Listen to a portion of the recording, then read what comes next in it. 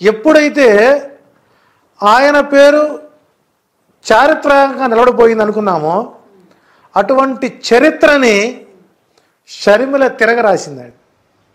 ఎప్పుడైతే మురుసుపల్లి షర్మిలా శాస్త్రి రాహుల్ గాంధీకి తల వంచిందో ఆ రోజు రాజశేఖర రెడ్డి మరణించిన రోజు అండి.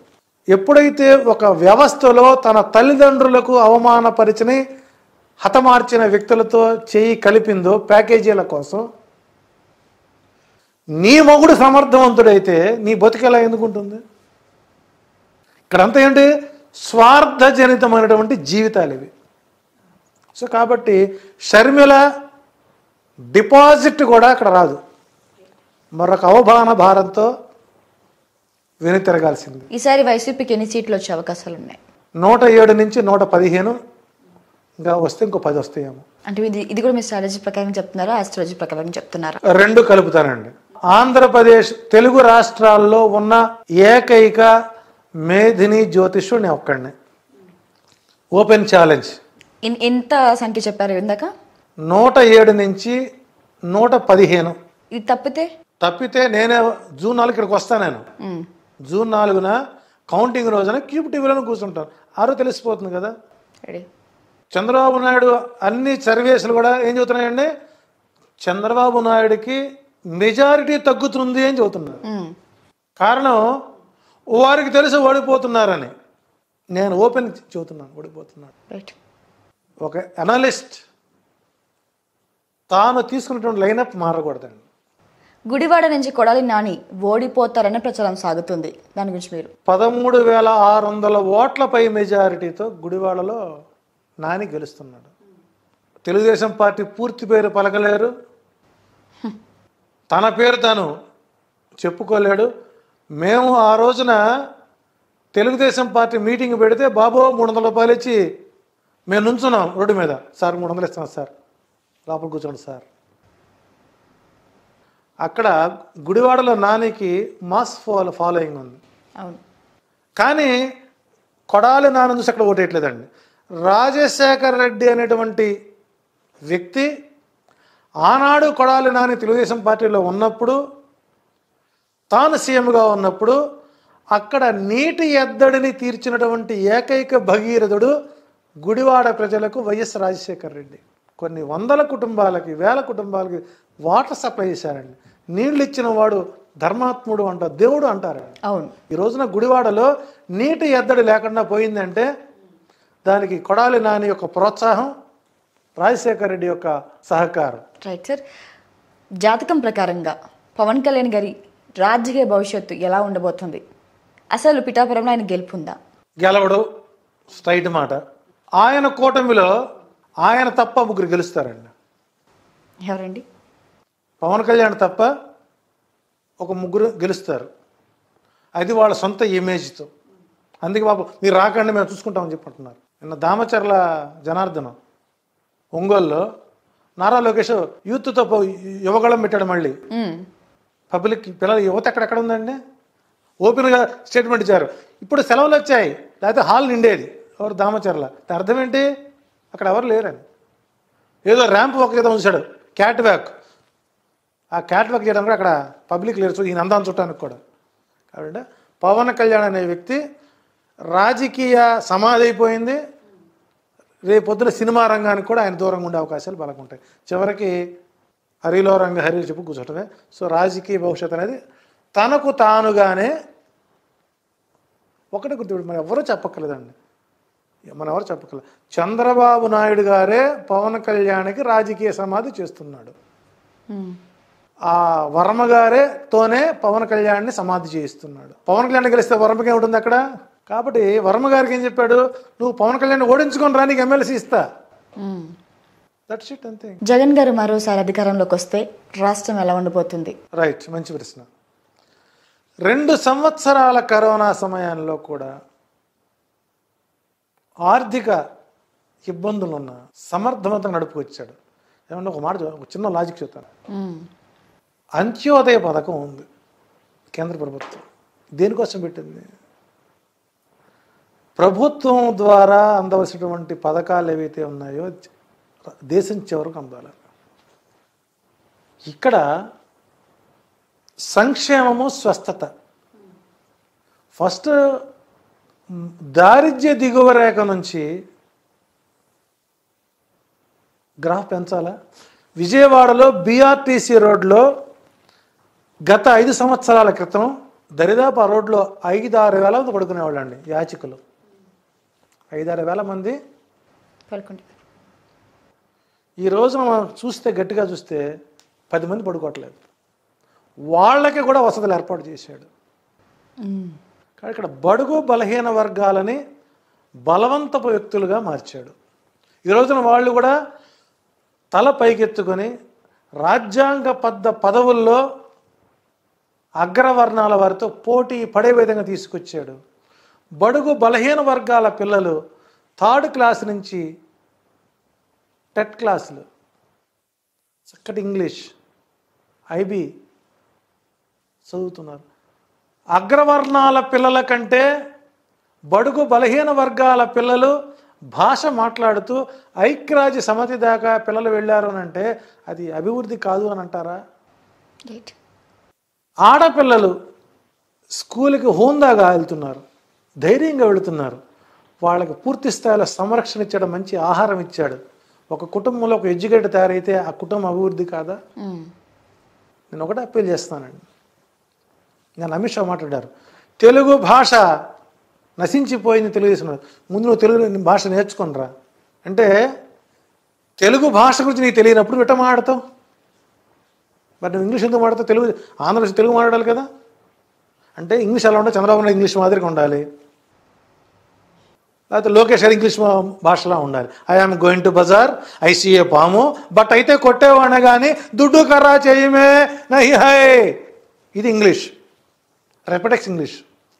ఈ రోజున ఆ చిన్న పిల్లలు ఇంగ్లీష్లో మాట్లాడుతుంటే వీళ్ళకి బాధగా ఉందండి, ఈ భాష నాకు రాకపోయినే. రైట్, మీరు ఇందాక అభివృద్ధి గురించి మాట్లాడారు కదా సార్. సో కొన్ని స్పీచెస్ నేను కూడా ఫాలో అవుతుంటాను కాబట్టి కొన్ని షార్ట్లో చూసాను నేను. హైపర్ ఆది ఒక వ్యాన్లో ఉండి అంటారు, అమ్మఒడి మీకు ఇచ్చాడు, మీ ఇళ్లలో మీ మొగుళ్ళకేమో అక్కడ మద్యపానం నిషేధం అని చెప్పి దాని మీద పెంచాడు. ఆయన మీ దగ్గర కింద నుంచి ఇస్తున్నాడు, పైనుంచి మీకు వేస్తున్నాడు అని ఒక షార్ట్ చూశాను.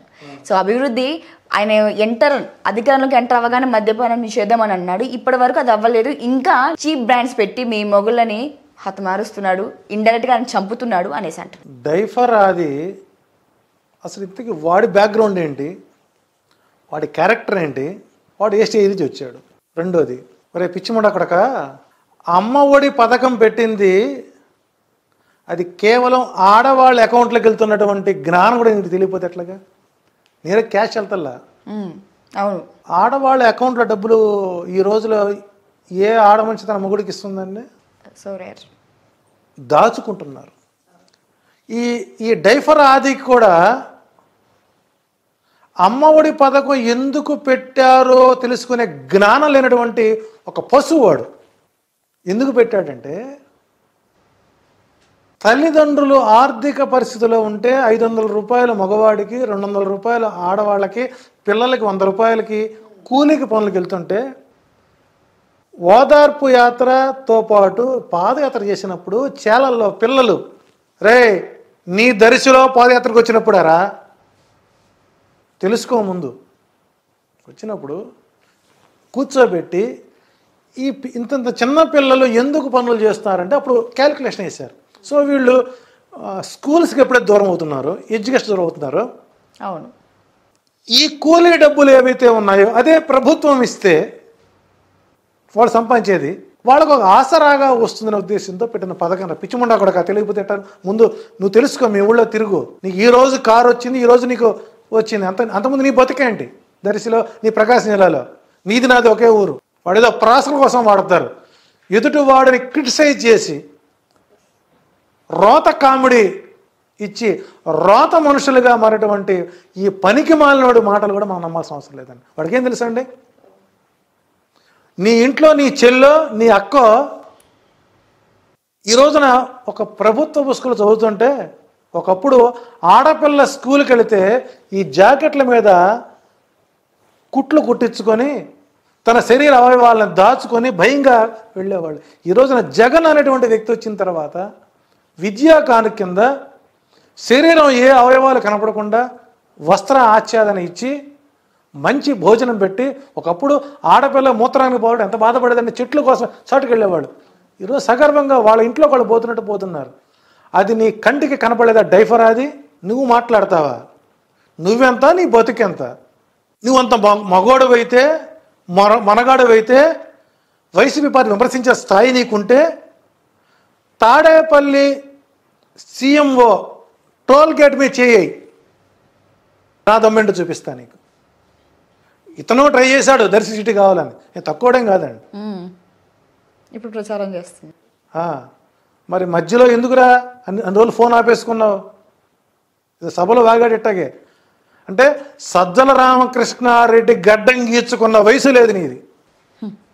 సజ్జల రామకృష్ణారెడ్డి షేవింగ్ చేసుకున్నంత వయసు లేదు నీది. నీవు ఆయన అన్ని మంత్రుల గురించి మాట్లాడతావు, రోజా గురించి మాట్లాడాడు. ఆమె ముందు కోతి గంతులేసి కోతి మాటలు మాట్లాడు రోజా గురించి మాట్లాడతావు. రోజా కాలి గోట్లు తీసుకున్నంత వయసు లేదు నీది. నువ్వు ఆయన అంటావు. నీవెంత, నీ బతుకెంత, నీ సంపాదన అంత. ఈరోజు ఏదో వచ్చిందని చెప్పేసి నువ్వు విర్రవీగుతుంటే అది నీకు పతనానికి స్థానం అవుతుంది. రేపు నీకు ఏదైనా ఇబ్బంది వస్తే ఇదే పవన్ కళ్యాణ్ నీకు సహకరించాడు, అది గుర్తుపెట్టుకో. నేమంటే డిసైడ్ అయిపోయినావు, మమ్మల్ని చంపుతారని డిసైడ్ అయిపోయాం కాబట్టి నేను యథేచ్ఛగా స్వేచ్ఛగా మాట్లాడుతున్నాను. నేను ఇప్పుడు చెబుతాను, నాకు ప్రాణహాని అని ఉన్నది ఉంటే తెలుగుదేశం పార్టీ వాళ్ళ వల్లే ఉంది. ఒకవేళ మీకు ఏదైనా వాళ్ళదే పోచి పూర్తి బాధ్యత వహించాలి. ప్రభుత్వం నాకు రక్షణ కల్పించాలండి. నేను భావ స్వేచ్ఛ ప్రకటన నాకు ఉంది. నా ఇవన్నీ మాట్లాడతాను, ఎవరు హట్ చేయట్లేదు నేను. ఎందుకని సార్? ఎందుకు వాళ్ళు మీకు ఏం చేస్తారు అసలు? ఒకటి నెగిటివ్ మాట్లాడుతున్నారని ఏమైనా చేస్తారంటారా? సహజంగా చంద్రబాబు నాయుడు గారితో నెగిటివ్ మైండ్ సెట్ అండి. అందుకు మీరు మాట్లాడతారని చెప్పి మిమ్మల్ని చంపే ప్రయత్నం. నేనే మాటకి ఎవరు మాడకూడదు, అర్థమైందా? అట్లాగే మధ్యాహ్నం ఆహార పథకం అండి, నేను మన ఇంట్లో తినలేమండి ఆ భోజనం అయితే. ఈ రోజున సోనా మసూరి బియ్యాన్ని అన్నం క్యాంటీన్ అని అన్నా క్యాంటీన్, అది ఒక వాళ్ళ కమ్యూనిటీకి పెట్టుకున్నటువంటి ఆహార పథకం అండి. అది అన్నా క్యాంటీన్లో 5 రూపాయల చొప్పున నువ్వు కట్టించుకొని 58 రూపాయలు ఖర్చు పెట్టారండి. 58 ప్లస్ 5 రూపాయలు 62 రూపాయలు నీవు ప్రభుత్వ ధనాన్ని దుర్వినియోగం చేసి 5 రూపాయలకి అన్నా క్యాంటీన్లు పెడతావా? నీ పరిపాలనలో కూడా అడుక్కు తినేవాళ్ళు, అన్నం పట్టని వాళ్ళు ఉన్నారనేగా నీ ఉద్దేశం. ఈ దరిద్రం చూపించింది నువ్వేగా. తిన్నది ఎవరండి? అన్నా క్యాంటీన్ తిన్నవారు బడుగు బలహీన వర్గాలు తినలేదండి. నేను ప్రత్యక్షంగా వాళ్ళ కమ్యూనిటీ వాళ్ళ కారులో కూర్చొని వెళ్తున్నాం. ఒక ఆమె ఫోన్ చేసింది, అక్క నేను అన్నా క్యాంటీన్ దగ్గర ఉన్నా, బాగుంది అక్క భోజనం, ఇక్కడ సాంబార్ అన్నం పెరుగన్నం పెడుతున్నారు, ఇంతకంటే ఎక్కువ తింటా ఇక్కడ నవటల హోటల్లో, ఇక్కడికి వచ్చే అంతా మన వాళ్ళు ఉన్నారు.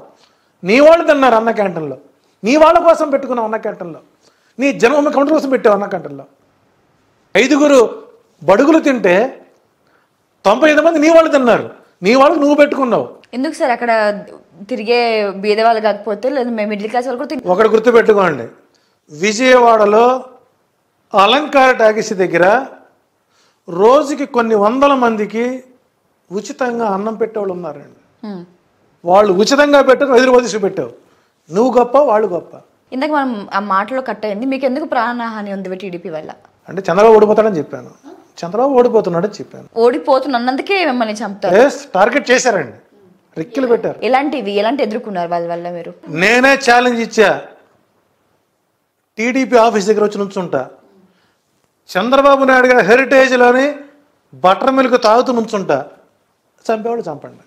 మీకంటే ఇంకా ఘోరంగా వాళ్ళని గలీజ్గా అబ్యూజ్గా మాట్లాడిన వాళ్ళు ఉన్నారు, మరి వాళ్ళని కూడా ఏం చేయలేదు కదా మిమ్మల్ని. అంటే నేను ఇక్కడ అంటే ఇది కమ్యూనిటీ వల్ల మిమ్మల్ని చంపుతారా? 2 వ్యక్తులు మాత్రమే బాహాటకంగా ప్రచారం చేస్తున్నాం. ఒకటి Jwalapuram Srikanth, endowments advisor, then నేను. ఇద్దరమే మా ఇద్దరం ఎదుర్కొంటాం, సమయం ఎదుర్కొంటున్నాం. ఇద్దరు ఎప్పుడైనా ఎదుర్కొన్నారా?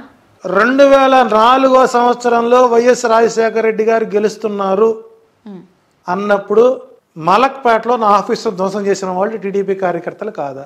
మీకు ప్రూఫ్ ఉందా? పబ్లిక్ డొమైన్లో ఉన్నాయండి, మీడియా కవరేజ్ చేసింది. వాళ్ళే చేశారని ప్రూఫ్ ఉందా? జెండాలు కట్టుకొస్తే ఎవరనుకోవాలి? ఈ జెండా టీడీపీ జెండాలు వేసుకుని వచ్చారా? 2009లో బొటాబటి మీద 155 సీట్లతో మరలా తిరిగి రాజశేఖర రెడ్డి గెలుస్తున్నారు అన్నప్పుడు కారు అద్దాలు పగలగొట్టారు టోల్ గేట్ దగ్గర, అప్పటికి నందిగామ దగ్గర. వాళ్ళే. కానీ ఆ రోజు భయపడలేదు, నా ఇమేజ్ పెంచారు. 2014లో టీడీపీ గెలుస్తుంది అని చెప్పాను. ఇప్పుడు కొంతమంది వైసీపీ అధికారులు వాళ్ళు కొట్టారు. 2019లో తిరిగి మళ్ళీ అధికారంలోకి వైసీపీ వస్తున్నాం, ఆ రోజు నన్ను ఇబ్బంది పెట్టారు. టీడీపీ వాళ్ళు 24లో వస్తుందని ఇబ్బంది పెడతారు. ఇది ఈసారి నేను వాళ్ళకి దొరకకుండా కారులోనే తింటున్నాం, కారులోనే పడుకుంటున్నాం, కారులో చాప దిండు దిప్పటి బకెట్ పెట్టుకున్నాం, ఒక కెమెరా పెట్టుకున్నాను, నా వాయిస్ని ఇస్తున్నాను.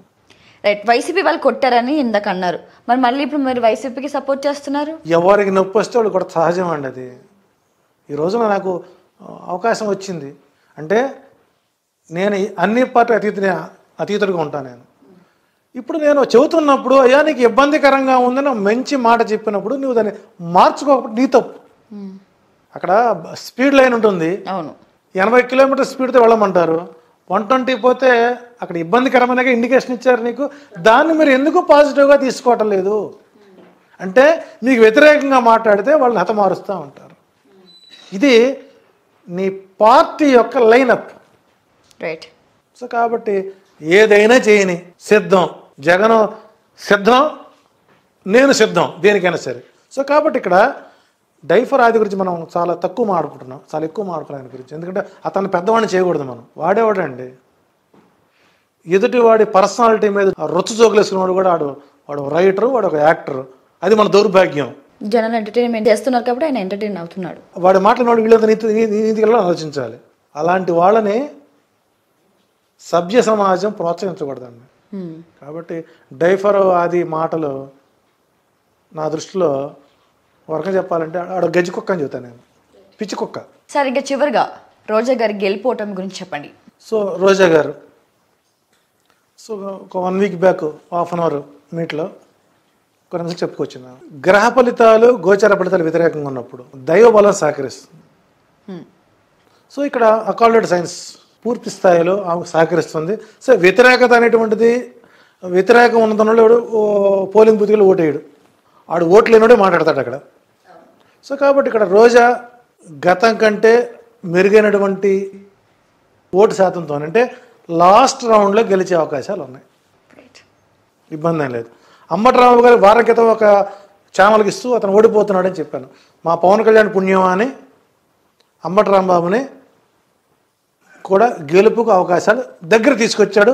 సో ఆయన దాన్ని రికవరీ అవుతున్నారు. ఓవరాల్గా ఆంధ్రప్రదేశ్లో చంద్రబాబు నాయుడు, పవన్ కళ్యాణ్, లోకేష్, బాలయ్య బాబు, పురంధరేశ్వర్ గారు ప్లస్ మోడీ, అమిత్ షా గారు ఈ షడ్గ్రహ కూటమి 6 గ్రహాలు కలిసి మాపై పూర్తిగా ఆశీర్వచనం ఇచ్చి జగన్మోహన్ రెడ్డిని గెలిపించే ప్రయత్నం ఈ కూటమే చేస్తుంది. కాబట్టి వారు చక్కగా ఉండాలి, వారు ఈ 15 రోజులు హ్యాపీగా ఉండాలి, వైసీపీని గెలిపించాలని నేను భగవంతుని ప్రార్థిస్తున్నాను. Thank you sir, thank you so much. ఇప్పుడు ఆపరేషన్ లేకుండానే మోకాళ్లకు ప్లాస్మా ట్రీట్మెంట్. మీ ఆర్థోపెడిక్ సమస్యలన్నిటికీ రోబోటిక్ టెక్నాలజీ ద్వారా తక్కువ ఖర్చుతో శాశ్వత పరిష్కారం. Free consultation. ప్రతి ట్రీట్మెంట్ పై 20% డిస్కౌంట్. ఈ ఆఫర్ కొద్ది రోజులు మాత్రమే. త్వరపడండి. V9 hospitals 9281465842.